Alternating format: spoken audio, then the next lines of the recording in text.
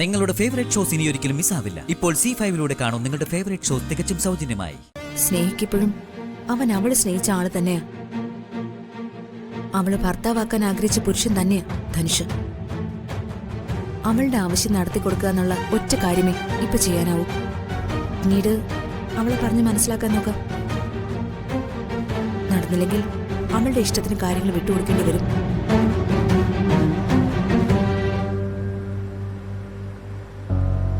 സച്ചേട്ടാ വണ്ടി നിർത്തേ.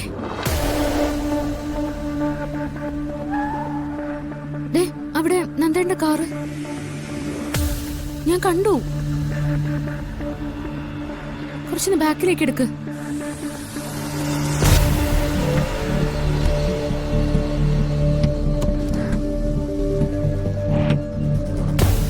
വക്കീൽ ഓഫീസാണല്ലോ ഇത്.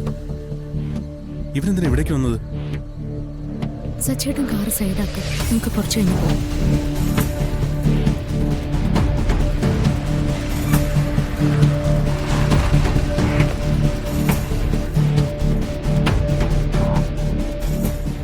സന്ധ്യ പരാതിയൊന്നുമില്ലെന്ന് പോലീസിനോട് പറഞ്ഞതുകൊണ്ട് ആ കേസ് ഒഴിവായെങ്കിലും നന്ദകുമാറിന്റെ അനിയനെ കിഡ്നാപ്പ് ചെയ്ത കേസാണ് സ്ട്രോങ് ആയി നിൽക്കുന്നത്.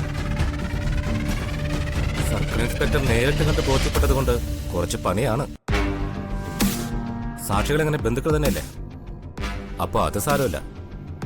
അവനെ ഏത് വിധേനയും ജാമ്യത്തിൽ ഇറക്കി തരണം സർ. നന്ദനേക്കാൾ ധൃതിയാണല്ലോ സന്ധ്യയ്ക്ക്.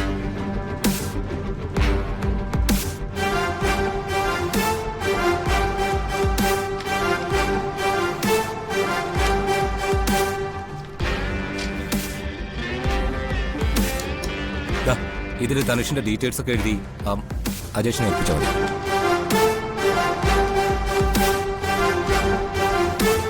അജേഷ്, സബ് ജയിലിൽ നിന്ന് ഒരു വക്കാലത്ത് ഒപ്പിട്ട് വാങ്ങണം.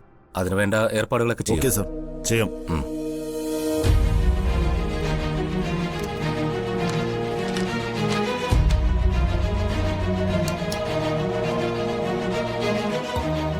ഞാൻ ധനുഷിനെ കൊണ്ടൊന്ന് സംസാരിച്ചിട്ട് നിങ്ങളെ വിളിക്കാം.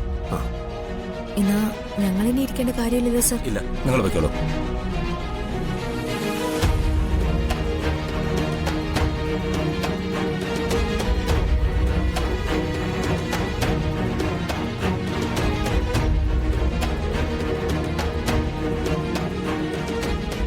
സച്ചേട്ടാ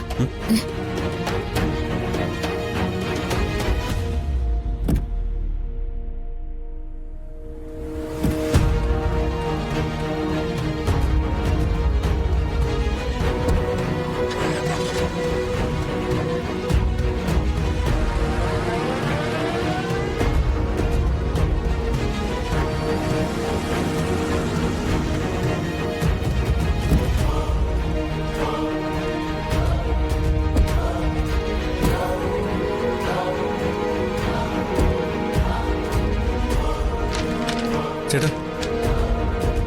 സാറിനെ കാണാനോ? ചേട്ടാ, ഞങ്ങൾക്കൊരു കാര്യം അറിയാനായിരുന്നു. ഇപ്പൊ ഇവിടെ നിന്ന് ഇറങ്ങിപ്പോയില്ലേ? അവര് എന്ത് കാര്യമായിട്ട് അങ്ങോട്ട് വന്നത്? ഒരാള് ജാമ്യത്തിലെടുക്കുന്ന കേസുമായിട്ടാ വന്നത്. ധനുഷ് എന്നാണ് പ്രതിയുടെ പേര്? അതെ, അത് തന്നെ. ധനുഷ് എന്നാ പേര് പറഞ്ഞത്.